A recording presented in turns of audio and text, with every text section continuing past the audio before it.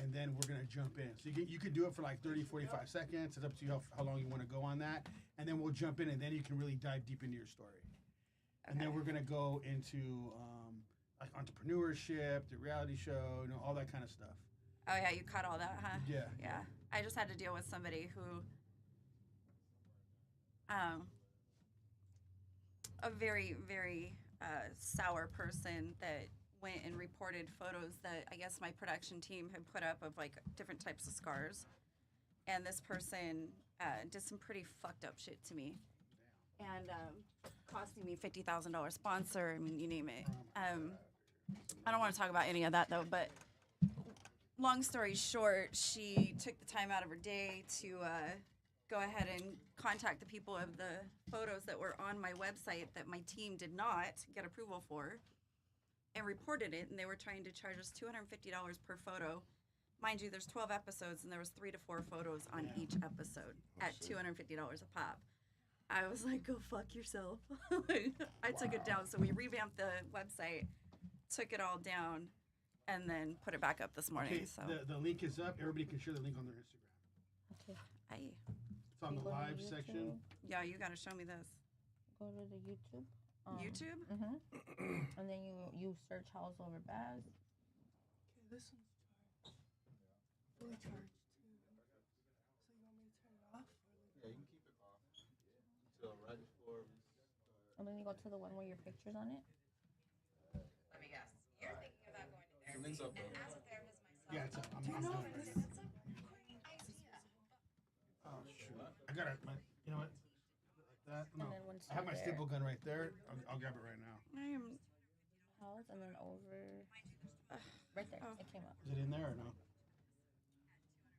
And right there, your picture. I know where the staple gun is. Share? Mm-hmm. Then what? Copy link? Yeah. Okay. And then you go to like whatever story you want to post, and you just add the link. Oh, well, shit. I could have done it here. Sorry. Okay. Sorry for what? I don't know. All right, hold on. Save. Okay. Save video. Hold on. We're going to delete this, and we're just going to relaunch it. Sorry, guys. Oh, you're good. We're still trying to make sure we got everything good. My head is spinning. We do. I got water. You want a water? You want a water? It's just road noise. I'll be all right. Just give me alcohol. That's There's tequila if you want tequila. what I asked. You want wake up juice? Link, right? Go to add link. Okay, I just shared it and tagged you guys if you guys want to share it. Yes. Link, right? Yes. Add link. Paste. Done. Whoa, what am I putting? I put like live on YouTube or live now I or just watch put live here. now. Yeah, live now, and then I can tap for tapping it because then they know they can tap that link and just go straight to it. Mm-hmm. We can take a picture with ID, but they're still here, so we can do it later.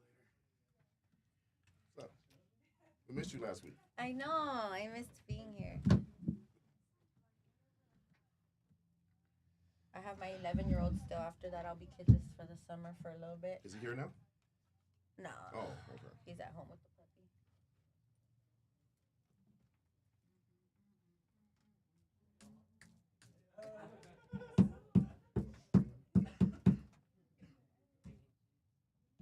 And then if you want to put on the headphones so you can hear all the little funny noises you're going to be putting on when... Yeah.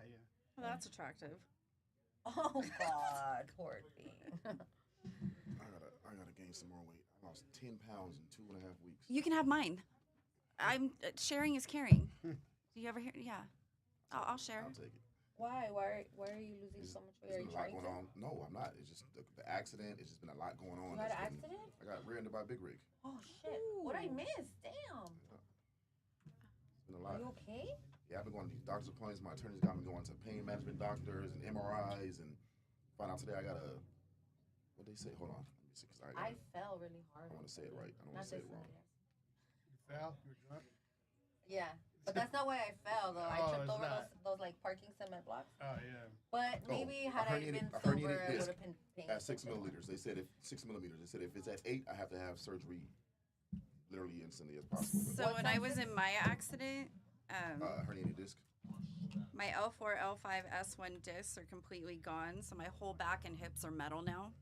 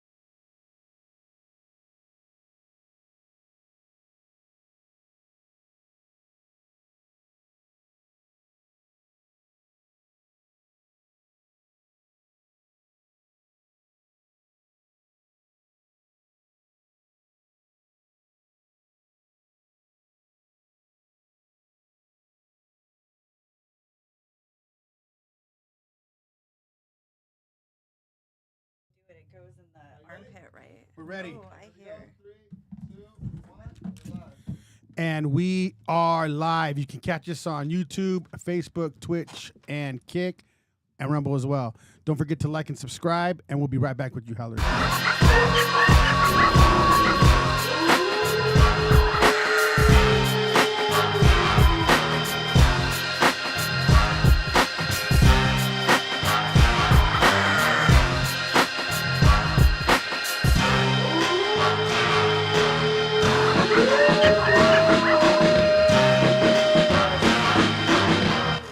Howls over Baaz.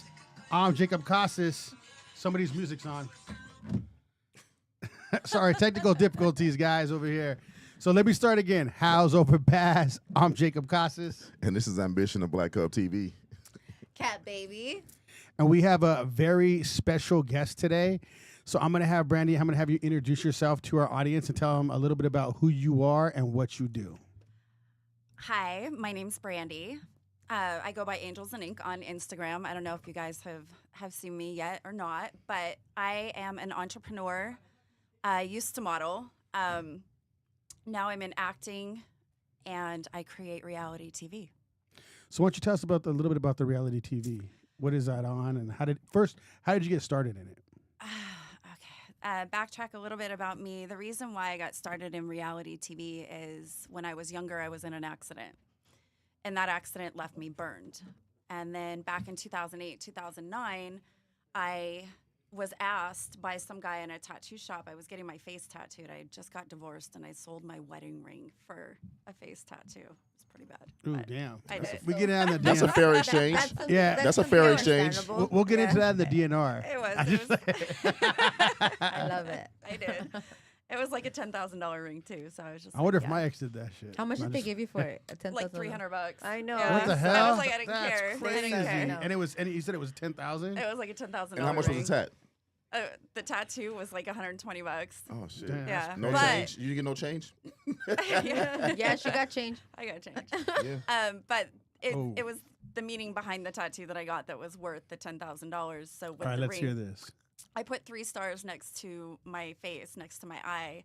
One represented me, and the other one represented my 2 kids. And I put it right next to my eye so I wouldn't lose sight of what was most important to me. So That was the whole Okay. reason. Every time you behind looked it. in the mirror, huh? Yeah. You're like, fuck, I fuck it up again. Yeah. Huh? And he ended up bailing, so it was me. I raised my kids pretty much. by He myself. bailed, He like, just did. damn. Yeah, just fell off the face of the earth. That's So, one thing we talk about a lot in this podcast is being a good father, like, Yeah. and being a good mother. You know what I mean? Like, it's like dads that just take off on their kids. They got a different kind of mindset, man. Yeah, it is definitely. But back to the whole story. So Yeah. I was in the tattoo shop, and being a burn victim, I stayed covered up. Like, I didn't want people to know that I was a burn victim for like 17 years. I had friends that didn't even know I was a burn victim. I stayed that covered up. So for those people who don't know about the whole burn situation, how do you wanna? Can you? Yeah. Touch on it. Like, how did it happen? So basically, long story short, when I was 14, my dad built race trucks. And this in particular truck that we were in was a 1967 Chevy California Special. It was a step side. They only made like 1,100 of them, but my dad built cars in the quarter mile. And this one had the gas tank inside the cab behind the seat. And GMC said they'd rather deal with the lawsuits than to recall those vehicles. Okay. There were several years, different types, Pintos and other trucks that were all involved in it. So that in particular tank was known to explode on impact over 45 miles an hour. That in particular day, a few days before that was my parents' 25th wedding anniversary, and my mom was dying of breast cancer. So we had this big, huge surprise party, and everybody flew in. And then my brother and my first love was his best friend. They went to a party the night before. Well, they ended up getting it drunk in public, and they got my parents' car impounded. So the next day, my parents were seeing off everybody at the airport, and my mom had to go to UC Davis to get treatment and all of that. So they ended up taking my first love's truck, and my brother went and was trying to get the car out of the impound. Well, the only vehicle that was left at the house was the race truck. And it was in the garage because my dad was switching it over from an automatic to a manual. So there was he had cut a hole in the floorboard. Well, those trucks back in the day, everybody knew you could start them with a flathead screwdriver. Like, you didn't have to have a key, So he kept wanting to take the truck, and I kept saying, no, we can't take this truck. My dad will kill us. And he's like, we're just going to go. We'll go to the house. We were going to go to a movie, get something to eat. It was no big deal, right? And so finally I was like, well, I'm not letting you take it by yourself. I'm going to go with you.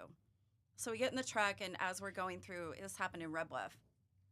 So as we're going through town, it's like Main Street and Main Street. There's only two main streets, and one of them leads to Highway 99, which goes to Chico State.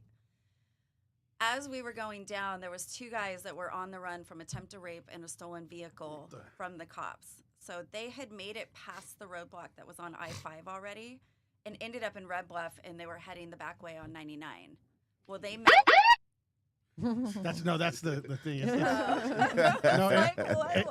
It's like a The thing, sound a effects. sound effect Okay, board. so... she got scared for a minute. That's how you know she's gangster. PTSD. She was like, whoa, she almost put her hands in the wall and everything. I swear to God, I didn't do anything this time. Hey, That's Not a this whole time. nother hey, that podcast. almost was like a trigger right there for She you. said, not this time, no. Hey. Listen, you'll hear that part of my story. That's exactly. I saw her face, and we're gonna have to run that back. My gosh. Sorry. She froze. I was like, not again. Fight or flight. Not again. So anyways, so we ended up meeting with them at a stoplight, and they kept wanting to race. They kept, yelling at us, and I kept telling them just go, just go. And when we took off pretty quick, to get away from them. They were drunk, stoned, high, you name it, they were on it. And they caught up to us, and when they caught up to us, they actually rammed the side of my door, with their car. So they rammed the door. So there's two lanes, a center divider, and then two more lanes. And up here is a gas station that's got a big dirt lot for the truckers to rest in Yeah. and whatnot. Well, as all of this is happening, they ram the side of my door. Their car loses control and starts spinning. Well, as it's spinning, the rear end of their car clips the rear end of our truck and puts us in a sideways slide. We're doing 84 miles an hour, they said, by the skid marks. They said we were traveling at 84 miles an hour. As all of this is going on, there's a diesel truck with a Caterpillar going across 2-lane center divider to go the opposite direction. When he saw us coming, he bailed from the truck. They hit in the back where the Caterpillar was. We hit directly into the diesel tank where he had just filled up. Oh, shit. That exploded, and then the inside of my truck exploded. So it killed him instantly on impact, and they had pronounced us both dead at the scene. So my neighbor, who was an old man, sat in the garage and listened to the police scanners. He hears it over the scanner, and he calls my aunt, and they call the Sacramento airport. They page my mom over the intercom, and they tell her that Mike and I were both dead. 5 minutes after that, they called my mom back and said, your daughter's alive. She's being flown to UC Berkeley. The two guys that were part of the construction company were also volunteer firefighters. They ran into the fire to save his body because they could see him sitting up, and found me by chance. I guess I just had popped my head up by chance, and he pulled me out. Well, when he pulled me out, I ran back to the vehicle. I ran through all the fire back into the vehicle to get him. And then after that, I really don't know anything that happened. I remember seeing the doors of the ambulance. I remember waking up in the hospital. I remember an airplane ride. And then I remember being wheeled into surgery. And then I was in a coma for a month. So you ran into a burning fire after your man. Apparently I did. That's crazy. Yeah. I was screaming for him. The guy that saved my life, I ended up finally meeting him like 18 years after the accident. Wait, how old were you again? 14. 14. Damn. And how old was your boyfriend? 17. Your first love. Yeah. Mm. But I ended up meeting the guy that actually saved my life 18 years later. And he told me that there's one thing about that day that he can't ever forget. And he told me, I didn't know I ran back into the fire. He said that you ran back in, you were screaming for him, and you ran back through the fire. He had to go back in to get me again, burning him also, as he's running through it. And when he pulled me out, the ambulance was finally there, and then they put me in the ambulance. And he said, by the time it was all done and said, he said the one thing that haunts him about that day was my bloody handprints on his shirt. He said, I had the smallest hands, and they were just perfect, like on his shirt. And he said that that's the one thing of that day that he'll never forget. Damn. Yeah, it tripped me out when he told me that. That's a crazy story, man. Yeah. So I wanted to ask you though. So how did you end up meeting this guy again? Like, how did you get in contact with him? Well, that's another fucking crazy story. So for 18 years, I was lied to by a man that claimed that he saved my life. So after the accident, his family reached out to me and said, oh, yeah, my brother's the one that saved you, blah, blah, blah, blah, blah. He wants to meet you. Well, when I get to their house, everyone's there except for him. And I'm like, well, why isn't he here? And they're like, oh, he said he was too traumatized to meet you, this, that, blah, blah, blah, blah, blah. So I was like, okay, I'm going to respect that. It was a pretty traumatic day. And he saw more than I did. I mean, I went through it, but I mean, what he saw was pretty traumatic too.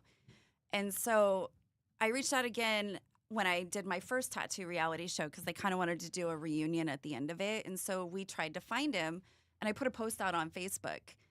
And a girlfriend of mine responded. She's like, oh, I have a friend that has that same last name. Let me ask him if maybe he's related. Sure enough, he was. And he lived, I swear to God, I lived in Canoga Park at the time, West Hills. He lived like 5 blocks from me this whole time. So I was like, holy shit, like this guy lives like super close to me, right? Probably ran into him at the gas station. Right. And so he reaches out to him and he's like, no, I don't want to meet her. He's like, my wife just died. He's like, I can't deal with that stuff, blah, blah, blah, blah, blah. So I put a rant out on Facebook, and the mom of my first love messages me, calls me and says, hey, she's like, I don't think that's the guy that saved your life. Now, mind you, her and we never talked about the accident. That was her son. That was me. It was too traumatic. So we just never talked about it. And never had any questions, never said anything at all. And she goes, I don't think that's the guy that saved your life. And I was like, are you sure? And she's like, yeah. She goes, let me make a phone call. She makes a phone call. Sure enough, it's these 2 brothers. And they're like, they got an award. They did this. They did that. Like, that's not the guy that saved your life. And I was like, are you fucking kidding me? That's why he didn't want to meet you. He felt like guilty. Right. But why keep lying about it afterwards? That's a weirdo thing to do. It's a weirdo thing to do in the first place, That's like- actually. But That's he like old stole, school clout chasing. yeah, he stole that from me. You know, Yeah. like to be able to, like that haunted me for years to not be able to say thank you to the man that You saved know where my he's at now? life. You want us to go get him? No, I'm just playing. Hey, he said that so like for real too. No, I mean that's serious to take that away from To you. take like that away from somebody, That's yeah. serious. That's bad. yeah. So after that rant and rave, I go on Facebook. I have the last name, Howie and Mike Lundero. And so I go through all of them on Facebook, and I'm like, all right, I reached out. So this one guy responds back to me. He goes, oh, yeah, that's like a family member. He goes, these are the numbers. He goes, but I don't know which order it's in, right? And I was like, great. So now I got to figure that all But he out. gave you a phone number, but the numbers were out of order? The last 4 were out of order. He's like, I don't know what order it is. He's like, but I do remember the numbers. And I was like, okay, cool. Well, the first one that I called, a woman answered. And I said, this is going to sound weird. And she goes, don't say anything else. She goes, I know who you are. And I was Then why like, you give me the chills? This is it weirding just gave me, out. it gives me the chills. Like every you gave me time, too. chills 3 times already. So she's like, we've been waiting for you. And I was like, no shit. Like And by this time, this is how many years later? 18 years later. Yeah. And so I end up talking to her for like hours on end, and then he ends up calling me. Then I end up going and meeting him. And then he said that he was trying to get my mic out, and his brother Howie was the one that saved me. So I reached out to Howie, asked if he wanted to meet me, and he said absolutely. So I ended up going and meeting him and his wife. But it was a one and only, because I think that after he told me, you know, what haunts him, I think seeing me, it triggers that day. So I got to meet him once. So is that traumatic for him? It then? was that traumatic. Yeah. It was that traumatic. I mean, the whole thing was traumatic. Well, you're a little girl too. Imagine like a little girl, like Now, some of that stuff is really Yeah. deep, man. It can mess with you for a long time. Yeah. And he specifically said, you're little. I mean, I have little hands anyways, but Hold them up. then, you know, they were tiny, and he said they were just like I was holding on to him, and he could see my handprints, and he couldn't like let that part go. So I respected that, and just I met him once. We talked for like 2 hours, and then that was it. So I was happy that I had that moment. But I still talk to his brother and his wife all the time. So they're That probably has traumatized him for his entire life. yeah, It probably has traumatized him for sure. yeah, it did for sure. what did it do to you? That whole I was that whole, just gonna say that. that whole scenario. Hearing that part, or just like Everything in All general. of Like it. how did you move on Everything. from that? You lost the love of your life. You went through a traumatic experience. Coma, all of that. Prior Yeah. to that, how long were you and your boyfriend together? Well, we weren't really together. We were promised to be together after college and things Okay. like that. So he was my first love. He was going to go off to college. I was still young. You know, it was like this whole idea of like what we were going to do, Okay. you know, with our lives. What was the question again? I know you got You stuck just threw on me that. off. I know Yeah, because you you got did. you got You did. you got You stuck in did. the story and what happened. You're You know? making me tear up here in a second. Go ahead. Sorry. It was Jacob asked, how did everything affect you? Because you talked about how Oh, it affected how the did guy. it affect me? How didn't it affect me? That is the question.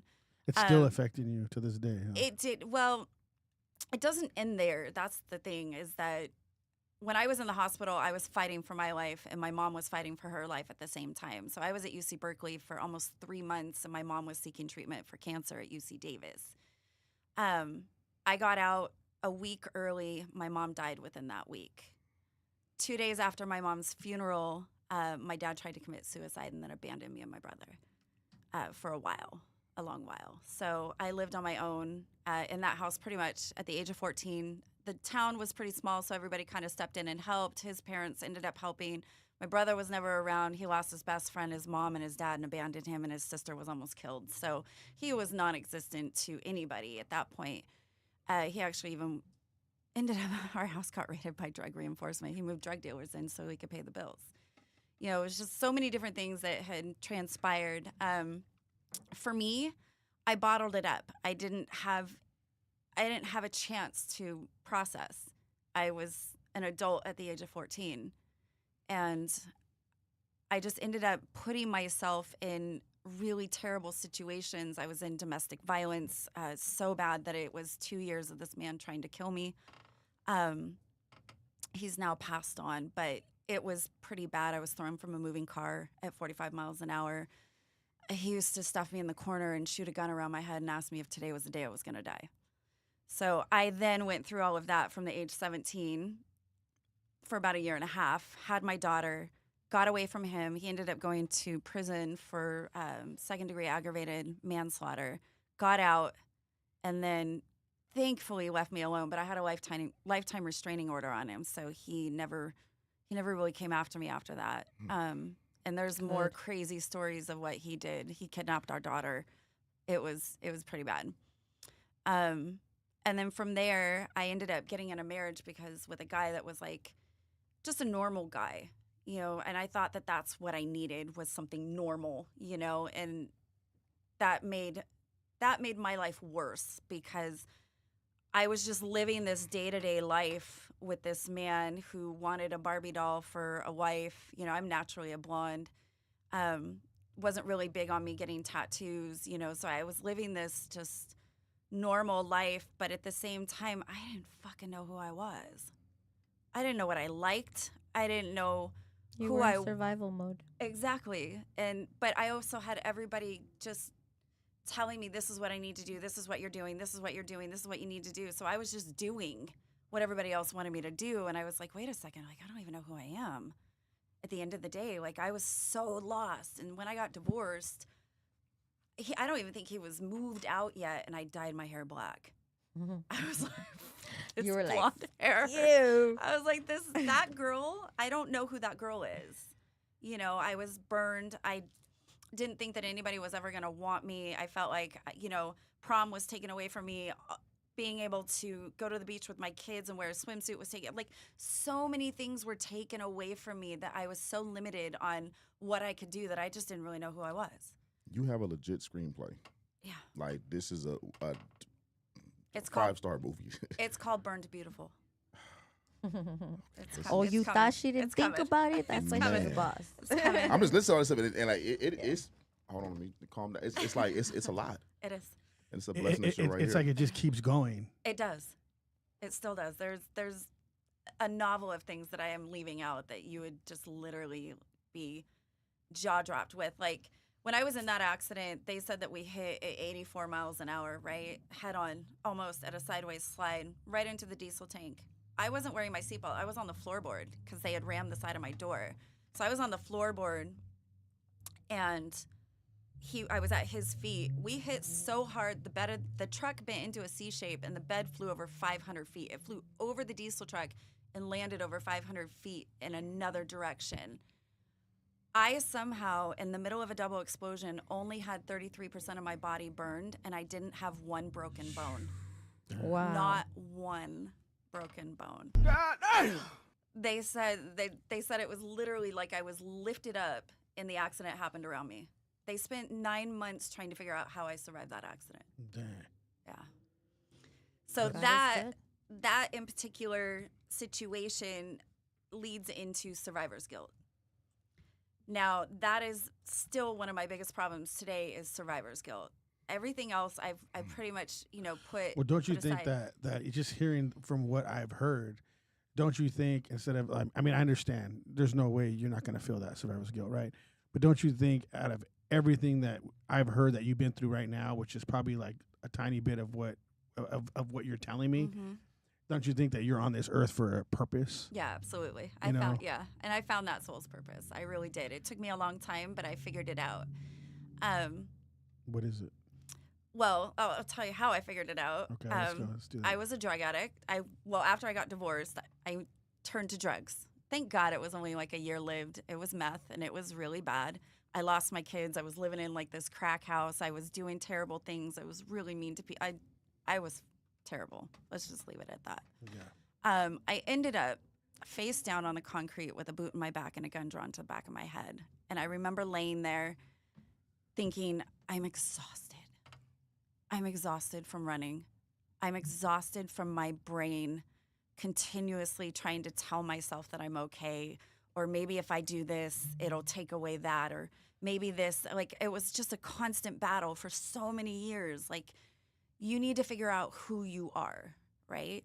And so I gave up. I quit drugs. I got 3 jobs. I got my kids back. I got my own place. And I started writing my book, Burn Beautiful.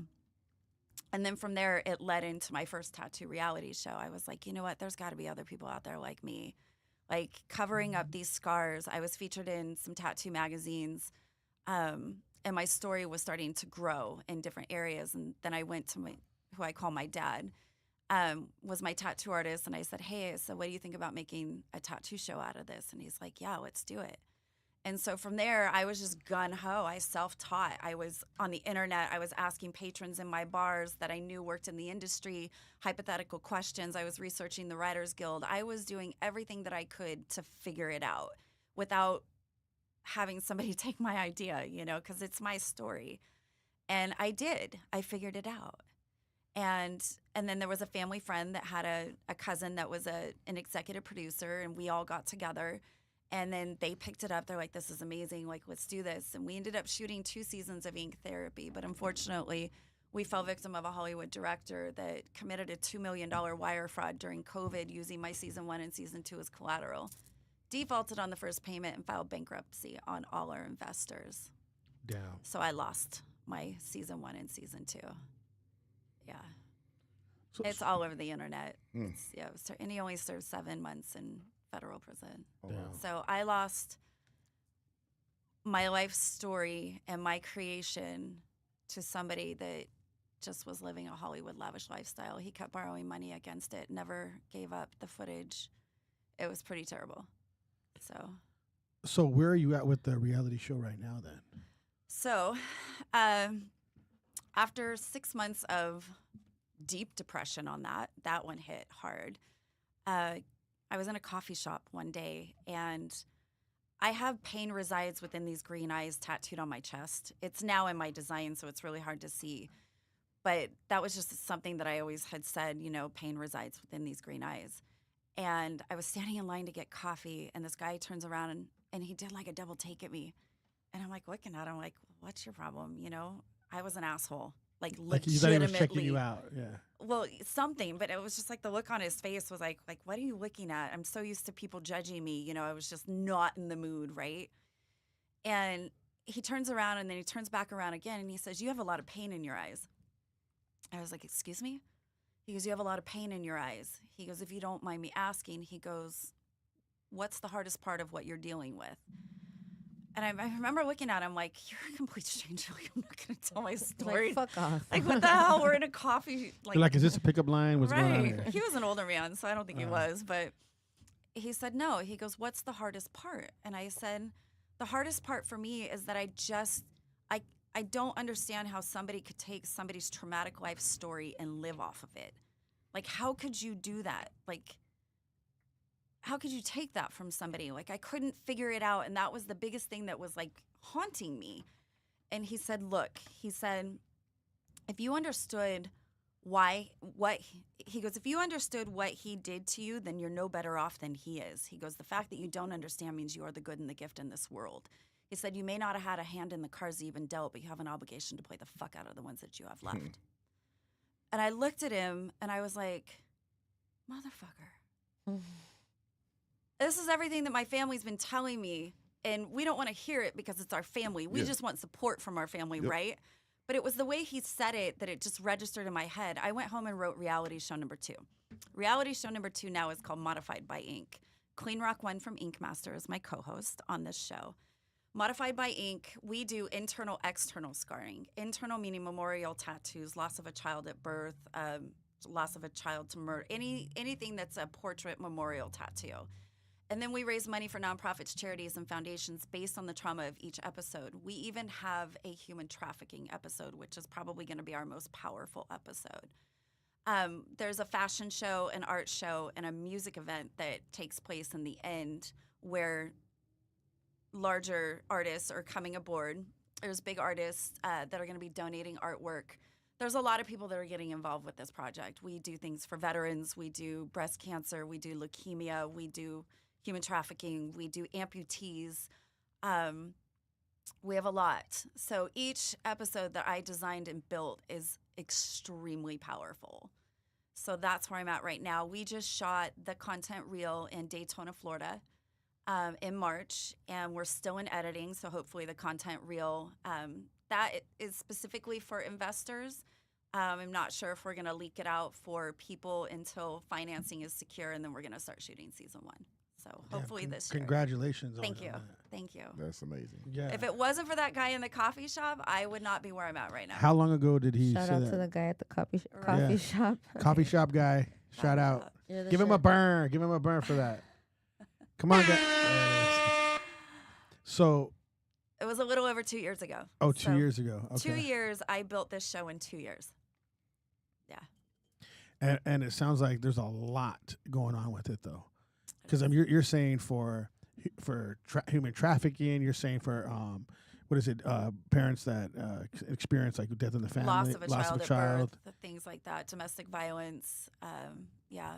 So would you say that everything that you've been through, your journey, your life, that's you, that is put you who you are today in front of everybody? Absolutely.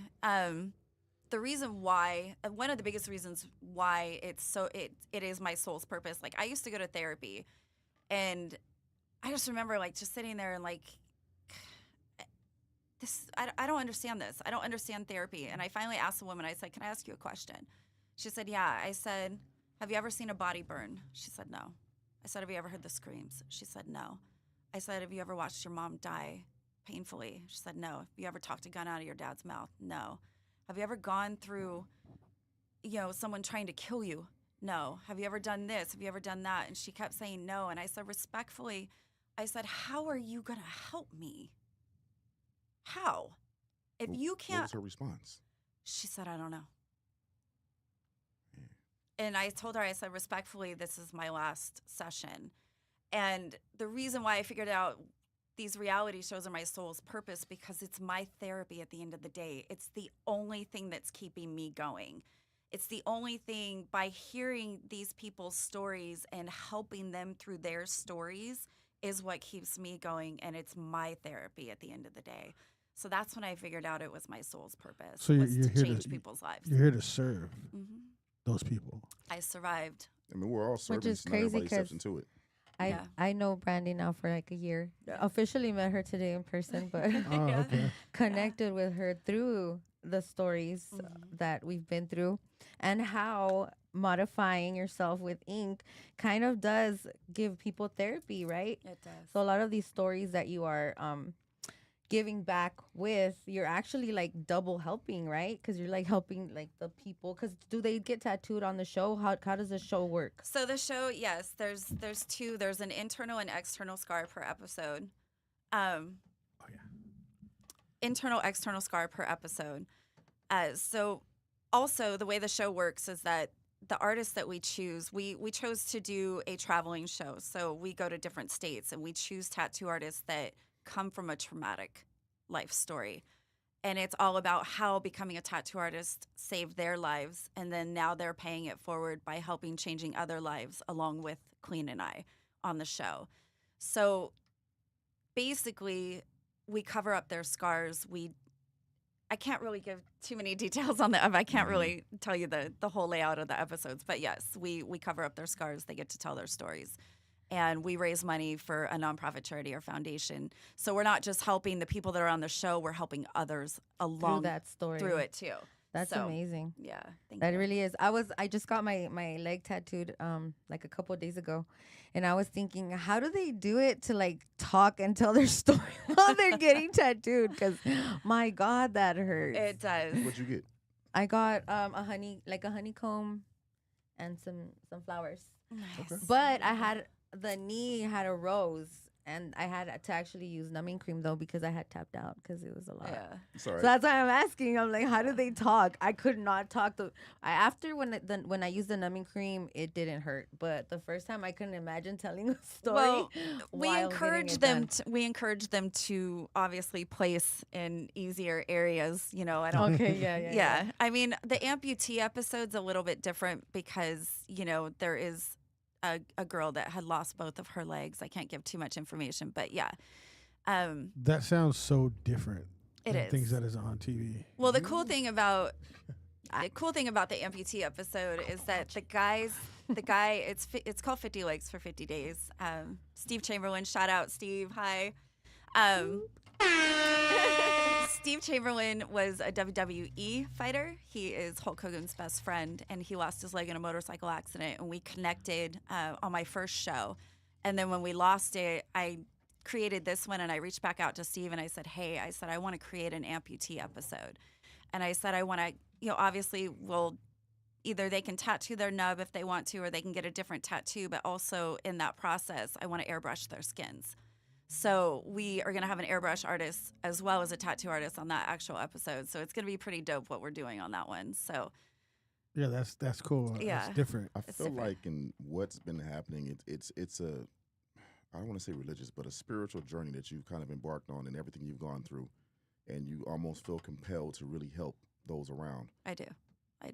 I have zero life, literally zero personal life. I have zero life. I work, and this show is pretty much, it's my life. When you So- say you have zero personal life, do you try to basically escape your life or your reality of life into working and building? And yeah, I understand that. I do. My kids get so mad at me. They're grown adults now, though, but they're like, we never see you, this and that. And, I'm like, just be patient. Like, let me go through this. And when it's all over, trust me, you guys are going to be happy.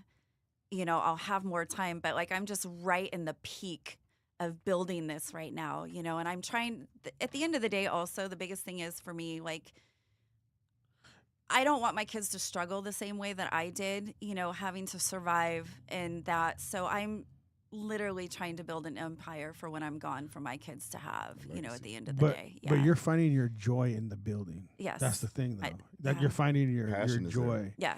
The passion is there. Yeah. Like, because the thing is that you're not going to really want that part to end. You just want to keep building. Yeah.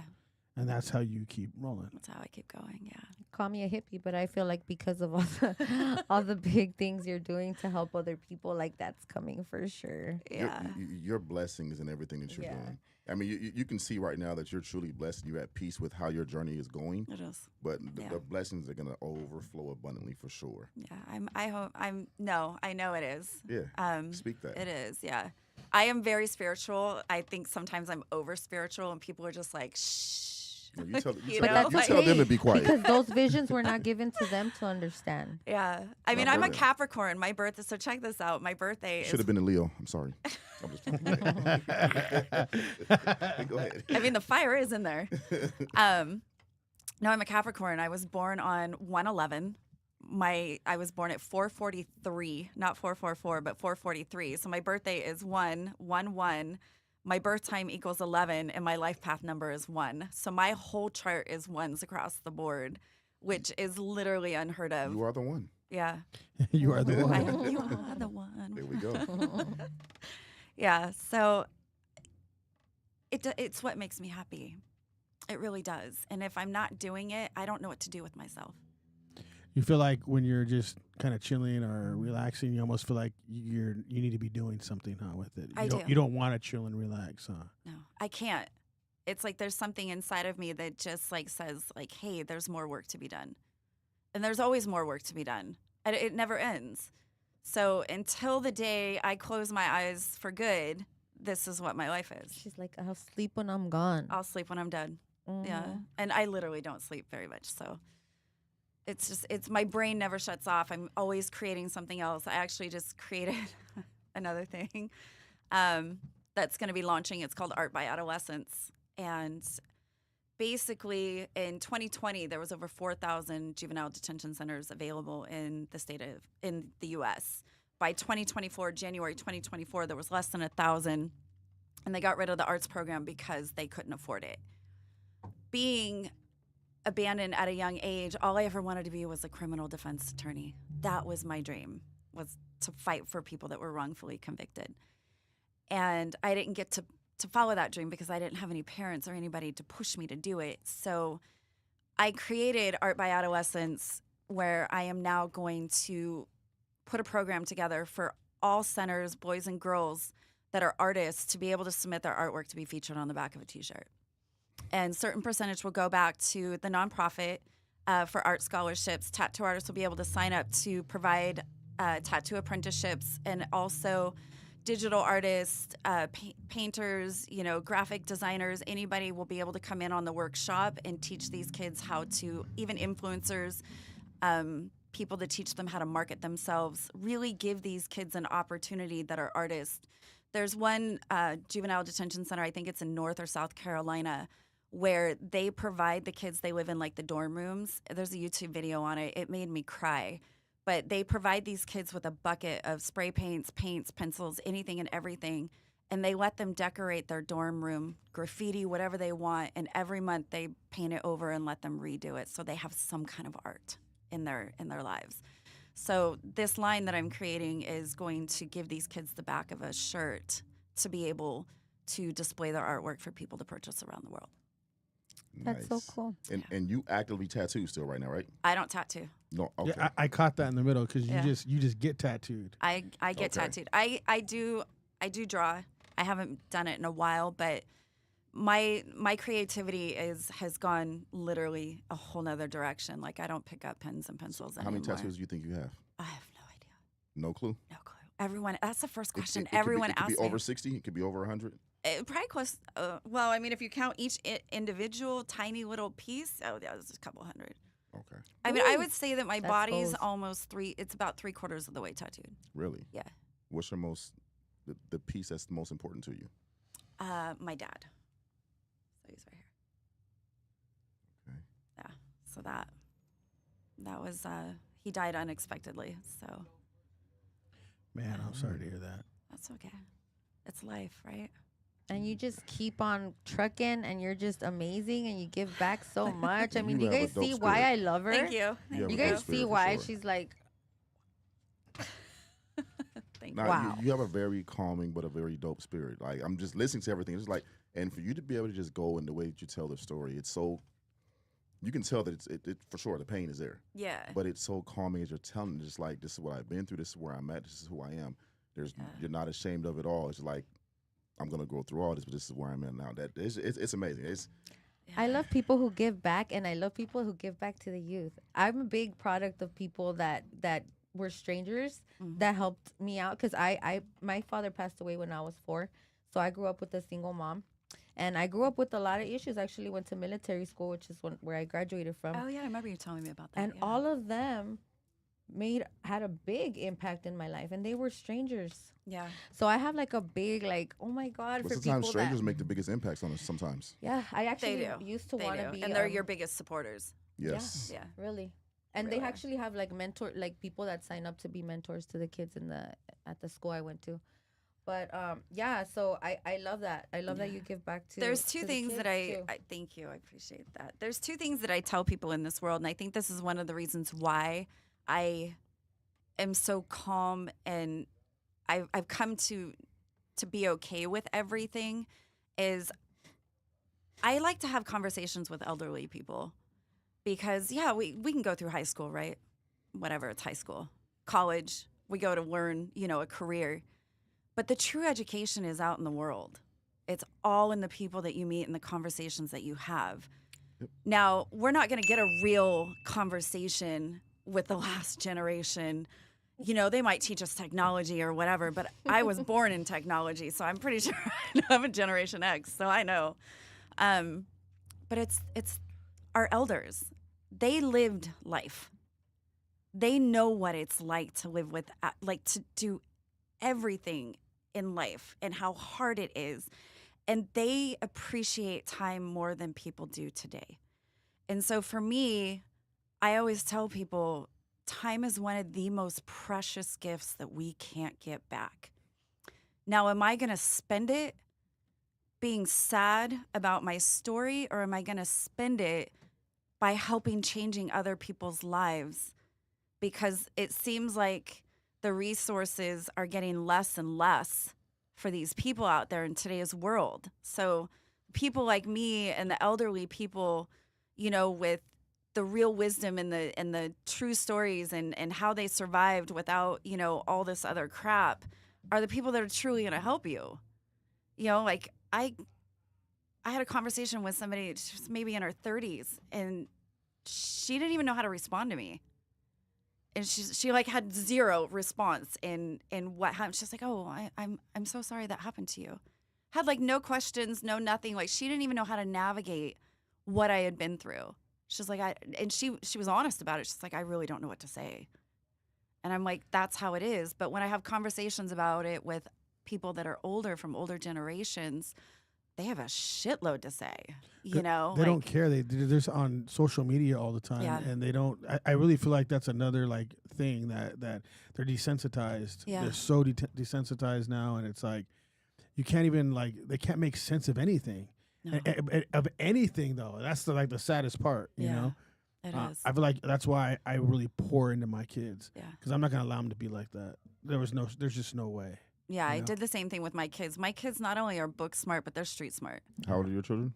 29 and 25. Okay. About to be 30 and 26. And I have a 5-year-old granddaughter. Oh, So, Okay. Gigi. yeah.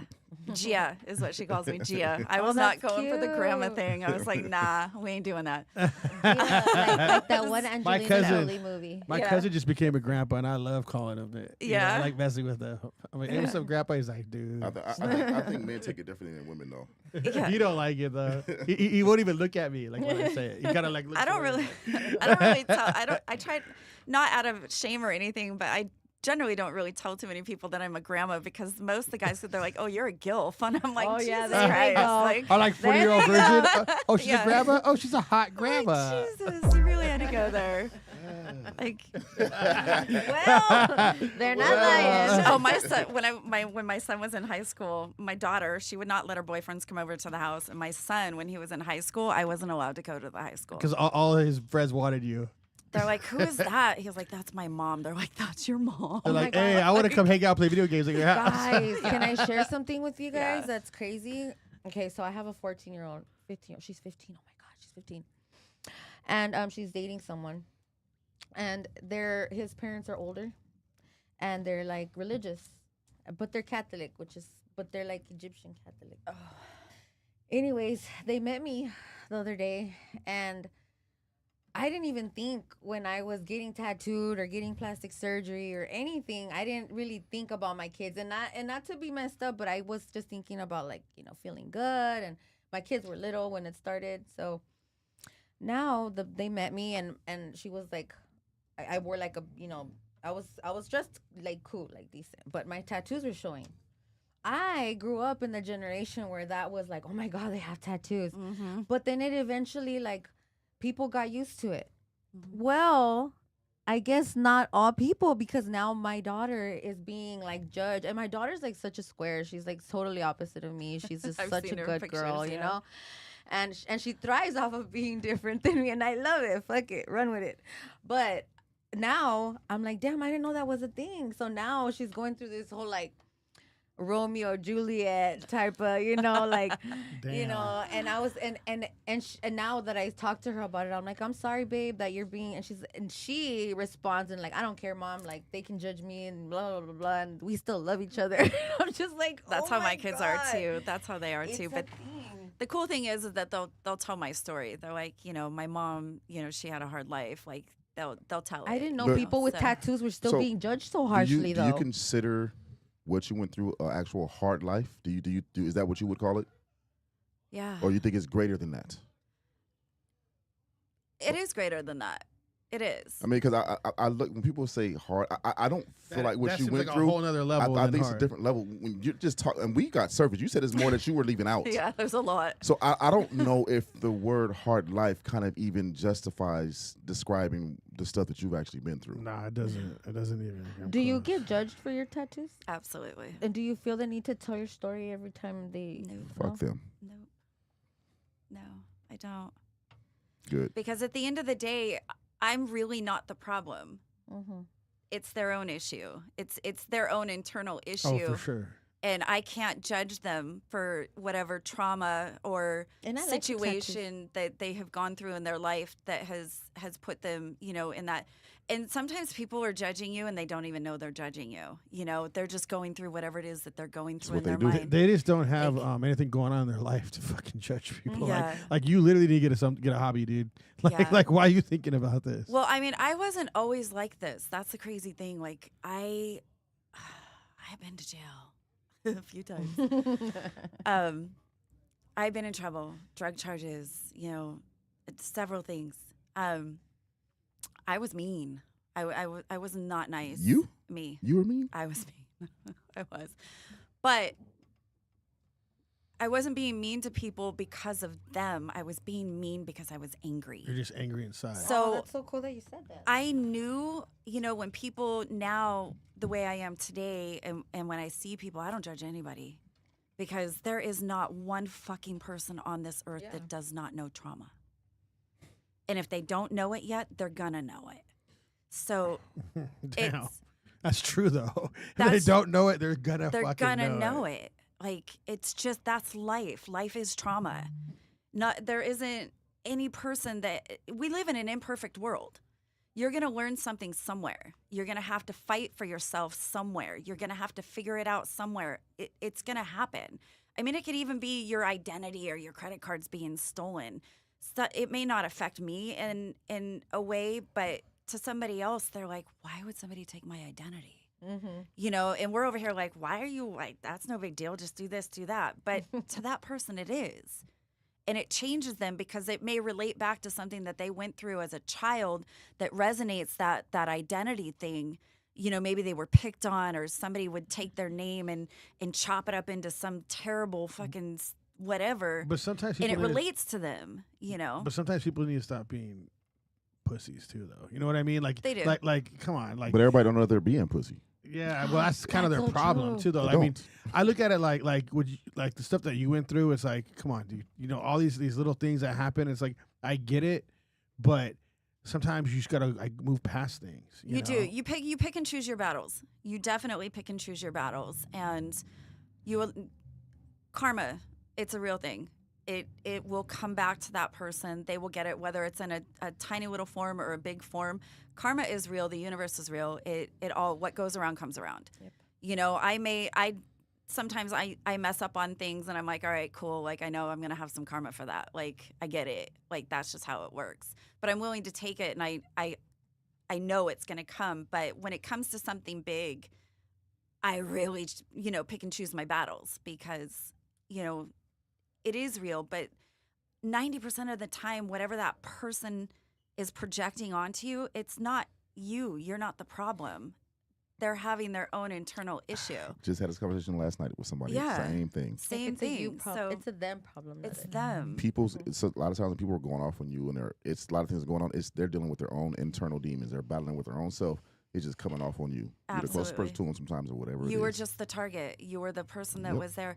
But also at the same time, that's what I tell people is like, there's a lesson to be learned in every single thing. You could literally step back and let that person just bomb on you like no other, and you can figure out that there was a lesson in that for you. Like, why did she choose me out of the 5 other people that were in here to go off on? Like, why did she choose to just go off on me? So there's a lesson to be learned in every single thing that we go through. If you don't You ju- wallow in your pity. Right. That's another thing. And hear me loud and clear on this. Everybody that's listening, hear me loud and clear. I cannot stand people that walk this earth with a victim's mentality. Mm. Period. You were a victim the day that it happened. After that, you are not a victim anymore. You're a survivor. You're a survivor. You're only a victim by choice. Either you choose to or you choose not to. So you choosing to stay in that victim mentality, that's you. It's not what happened to you anymore. It's not the person that did it to you. That's your own issue. So it's up to you whether you stay in that victim mentality or not, or you choose to take that situation and you grow from it. Because God gives us what he knows we can handle. Some people can't handle it. Others, we can handle it. but he keeps giving you these lessons because he's pushing you to something greater. It's up to you whether you listen or not. Yeah. We got some I people in the absolutely agree. chat though too. I want you to. We only got a couple, I think. Okay. We have the mindful journey while sending many blessings on your life. Oh, And then we have looks like Howls they- over Baaz. Oh yeah, I can saw it. Howls over And then Baaz. that's Howls over Baaz saying, make sure to like and subscribe, everyone, if you're watching. Oh, like someone and else just subscribe, came in please. too. St. John's, we have the muscle hand and the fire hand. Man, that's a wild story, and the thing is, that you can tell that you learn so much from it because I can hear I do the podcast, but I know a lot of people, and people just don't talk like you. Just to know things that probably comes like common sense to you now, but really you had to go through a lot of that to even understand Yeah. any of that. Yeah. But people just don't understand that. It's like I don't get it, but I feel like they can't map it together. You know? Yeah. I had no choice. I mean, either I was going to be sad and have a terrible life, or I was going to have, or I was going to move on and do something with my life. Like, one thing that I think about all the time, and I explain this to people also too, is that one of the reasons why I continue to just keep going is because when I created an episode that had to do with leukemia, it was based around children. And I was sitting there one day and I just started bawling because they don't get to get to where we are. They don't. Their days were numbered, and if I'm not getting up and taking every day and doing everything that I can to make a difference in this world or better myself or do something, I feel like I'm letting those kids down because they don't get to have the life that we have. They wish that they could open their eyes up, 30 days from now or however long time they have left. They sit there and they wonder what it's going to be like to be an adult. And I survived that accident and I was given the chance. And so I feel like I need to make every single day count. Wow, I was gonna say if you had any last words, but that was for real right there. Yeah. That was good. That's real right there. Yeah. So That's crazy. yeah, I think about that all the time. It's just like there's so many people out there that just don't get the chance. I just found out today that my cousin's son is on his last days. He has leukemia too. He's 11. Oh my God. See, that's. And I just reached out to her and I said, hey, as soon as I don't have my kids, let's go have lunch. Like, let's just go and. Yeah, so that breaks my heart right there just to hear that. That's I know. exactly why. Sometimes life is about just being there for other people. Sometimes being Yeah. a servant Mhm. is what life is about a lot of times. Yeah. It really Yeah. is. It is. Is there any last words though? Anything else you want to say? We went. I can't believe we went over, but it like flew by. It did. It Yeah. really did. Just be kind. You don't know what somebody is going through. I don't underestimate the power of a good morning text. Don't underestimate the power of just smiling at somebody or opening a door. Like, you have no idea how much power is behind kindness and doing the little things are the big things. They are the biggest things that people just overlook in today's world. Like, literally just smiling and get your head out of your phone, open up the Starbucks door, smile and say hi. You have no idea how that could change. That person could have the worst morning and your one hi and smile could make the rest of their day. So that's what I'm leaving you with. 100%. Yeah. Amen to that shit. Well, we appreciate you coming on. You killed it. Thank you. And she will be on the 7:00 show, the DNR. So stay tuned for that. And don't forget to like and subscribe. And go ahead and Our appreciate slogan is shed the sheep. We're going to look at that camera and we're going to say shed the sheep. on 3. Okay, 1, 2, 3. Shed the sheep. Howls over Baaz. I'm Jacob Casas. And this is Ambition. Cat baby. Brandie Phillips, Angels and Ink. We appreciate you coming on. We'll see you at the 7:00 show. Let's go. Sounds like Peace. a party. Peace.